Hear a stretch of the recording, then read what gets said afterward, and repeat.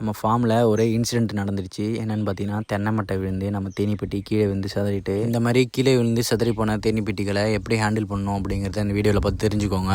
பொதுவாக தேனீப்பெட்டி கீழே விழுந்துருச்சு அப்படின்னா உடனே நம்ம ஹேண்டில் பண்ணக்கூடாது. அது எதுக்காக அப்படின்னு பார்த்தீங்கன்னா, தேனீக்கள் ரொம்ப ஆக்ரோஷமாக இருக்கும். அந்தமாதிரி டைமில் நீங்கள் கிட்ட போனீங்க அப்படின்னா கண்டிப்பாக கொட்டு வாங்கி தான் ஆகணும். இந்தமாரி தேனீப்பெட்டிகளை கையாளும் போது நம்ம பீவில்னு சொல்லக்கூடிய அந்த ஹெட் மாஸ்க்கு நம்ம கண்டிப்பாக போட்டுக்கணும். கையில் கடிச்சாலும் ஒன்றும் பிரச்சனை கிடையாது. முகத்தில் கடிச்சிட்டுனா பார்க்குறவங்க எல்லாருக்கும் பதில் சொல்லிகிட்டே இருக்கணும். தேனீக்கள் ரொம்ப ஆக்ரோஷமாக இருந்ததுனால ஒரு 20க்கும் மேற்பட்ட தேனீக்கள் நம்ம கையில் கொட்டிடுச்சு. சரி, நம்ம காஸ்டியூமை சேஞ்ச் பண்ணிட்டு வந்து நம்ம ஹேண்டில் பண்ணிக்கலாம்னு சொல்லிட்டு கிளம்பிட்டேன். நம்ம தேனீப்பெட்டியில் இந்த மாதிரி ஃப்ரேம் ஒன்றுமே ஒன்று விழுந்ததுனால தேனீக்களுக்கு ரொம்ப கஷ்டமாயிடுச்சு. நம்மளும் அப்படியே பொறுமையாக ஹேண்டில் பண்ணி ஸ்மோக்கர்லாம் போட்டு கொஞ்சம் கொஞ்சமாக ஃப்ரேம்லாம் எடுத்து நம்ம பாக்ஸை திரும்ப பழைய நிலைமைக்கு கொண்டு வந்துருந்தோம். தேனீப்பெட்டி கீழே விழுந்ததுனால நிறைய எறும்புகள்லாம் ஏற ஆரம்பிச்சிட்டு அப்படியே கொஞ்சம் கொஞ்சமாக எல்லாத்தையும் கிளியர் பண்ணி தேனீப்பெட்டியை பழைய நிலைமைக்கு நம்ம கொண்டு வந்துட்டோம். கீழே விழுந்ததுனால நிறைய தேனடைகள் வந்து டேமேஜ் ஆகிட்டு, ஸோ அதனால் நம்ம என்ன பண்ணிட்டோம் அப்படின்னா திரும்பவும் லப்பர் பேண்ட் போட்டு தேனீகளுக்கு ஒரு அடித்தளம் உருவாக்கிட்டோம். இதுமாரி போட்டு கொடுத்தோம் அப்படின்னா ஃப்ரேம் ஃபுல்லாக அவங்க திரும்பவும் கூடு கட்டுறதுக்கு ஆரம்பிச்சிருவாங்க. இதே மாதிரி நம்ம 5 ஃப்ரேம்லேயும் சூப்பர் பாக்ஸில் உள்ள 5 ஃப்ரேம்லேயும் இந்த மாதிரி லப்பர் பேண்ட் போட்டு நம்ம அழகாக கூடு கட்டுறதுக்காக